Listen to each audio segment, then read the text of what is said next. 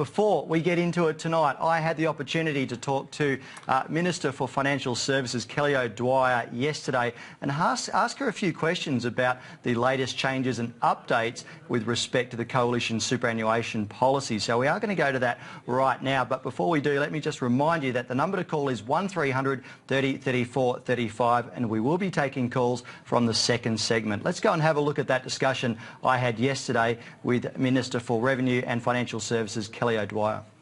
I think it's very important that people understand why it is that we're making changes to the superannuation system. We're making changes because we want it to be more flexible, we want it to be more sustainable, and we want it to be fair.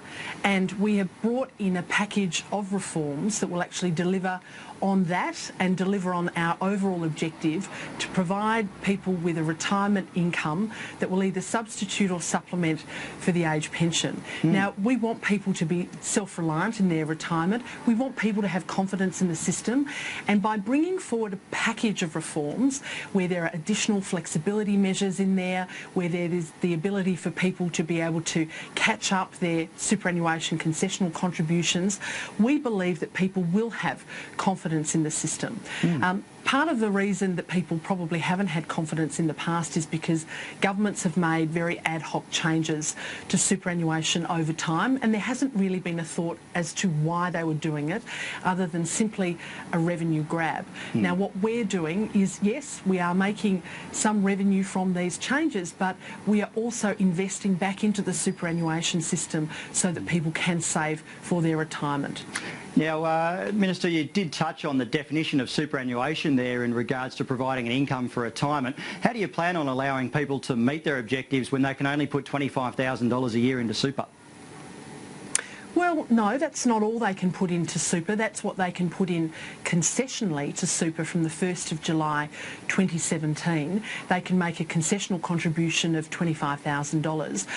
But from the 1st of July 2018, we're bringing in a flexibility measure that says that if somebody hasn't been able to take full advantage of that concessional contribution, they're able to make catch-up contributions on a rolling 5-year basis. So, for instance, if somebody was only able to contribute $15,000 in one particular year from the 1st of July 2018, the following year they've got an extra $10,000 to play with in order to actually catch up their superannuation contributions if they've got a balance of below $500,000.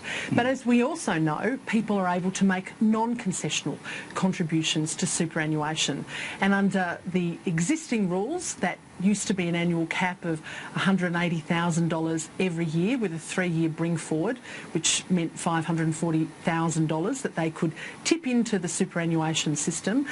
From the 1st of July next year, we're reducing that annual cap to $100,000 a year, again with a 3-year bring forward, which means that people will be able to put in $300,000 as well. So there are multiple ways you can contribute, both concessionally and non-concessionally, and let's also be honest, people can also take advantage of saving outside of the superannuation system as well through investment properties, through investments in shares.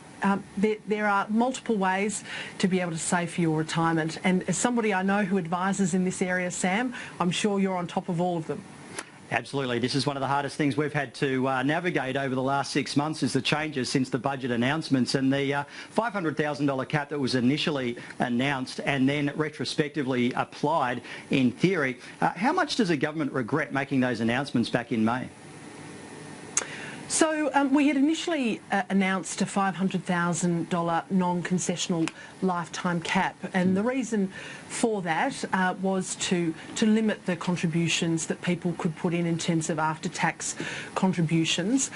Now, we have reassessed that. We do want people to be able to take full advantage of being able to get up to the transfer balance cap of $1.6 million, and I'm happy to go into explaining what that's all about, you know, following on from this conversation.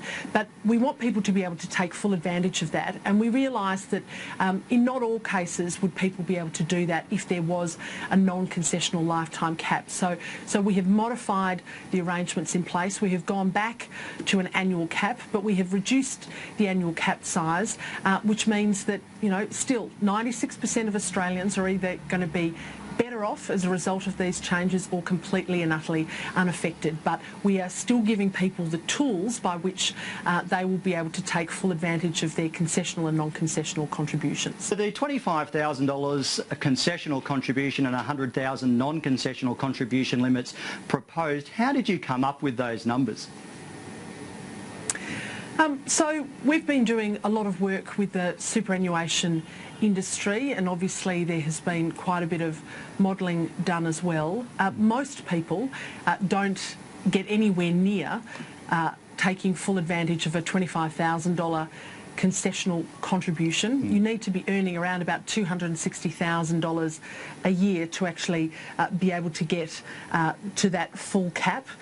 So we know that most people are actually not in that position, particularly if they're on an average income. So most Australians are actually unaffected by a cap change in that regard.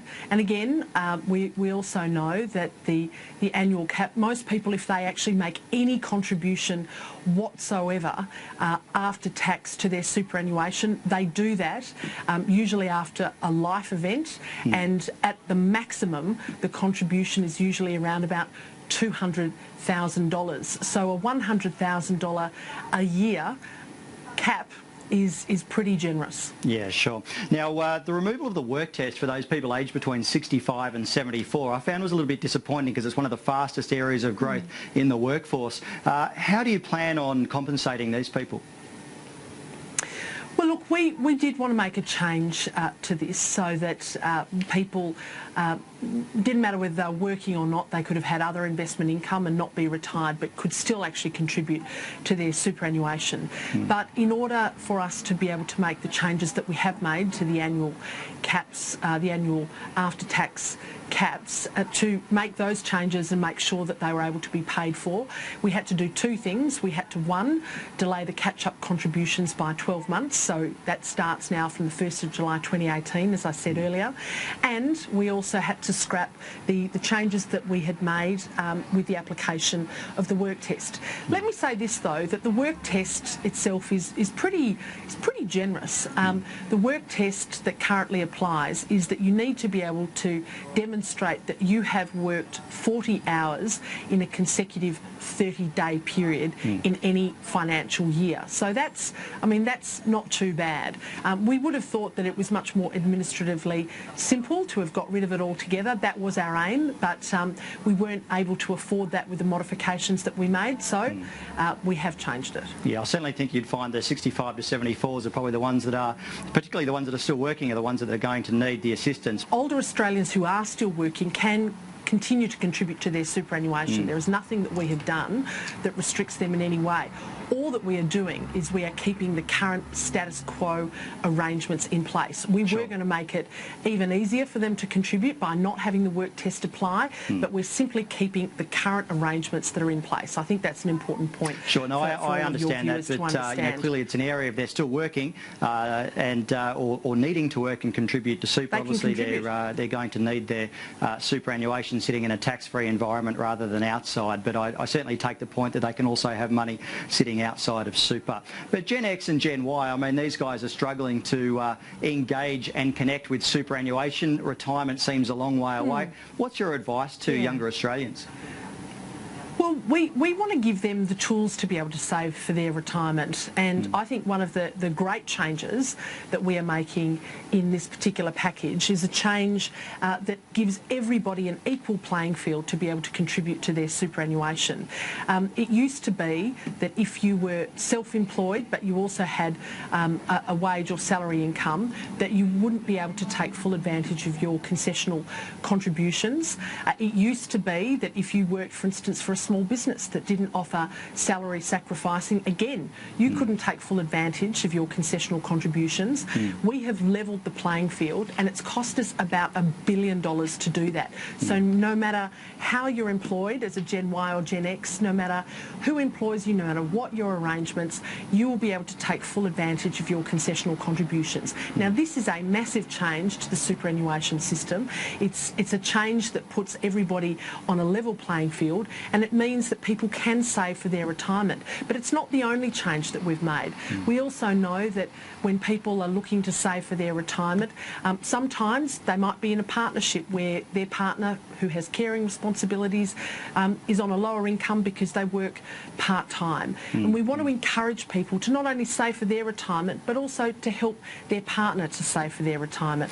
And so we've increased the ability for them to get a tax offset if their partner earns less than $37,000. And it used to be that you only got a tax offset if they earned less than $10,800. So these are all measures that help people to save. I couldn't agree with you more. I think these are fantastic measures, and certainly they've been under-promoted, I think. And that sort of leads me to my final point around education and financial literacy. How do we plan on telling people about some of these advantageous measures and even the general measures of superannuation, all being around a concessionally taxed saving structure? How do we educate Australia better on super?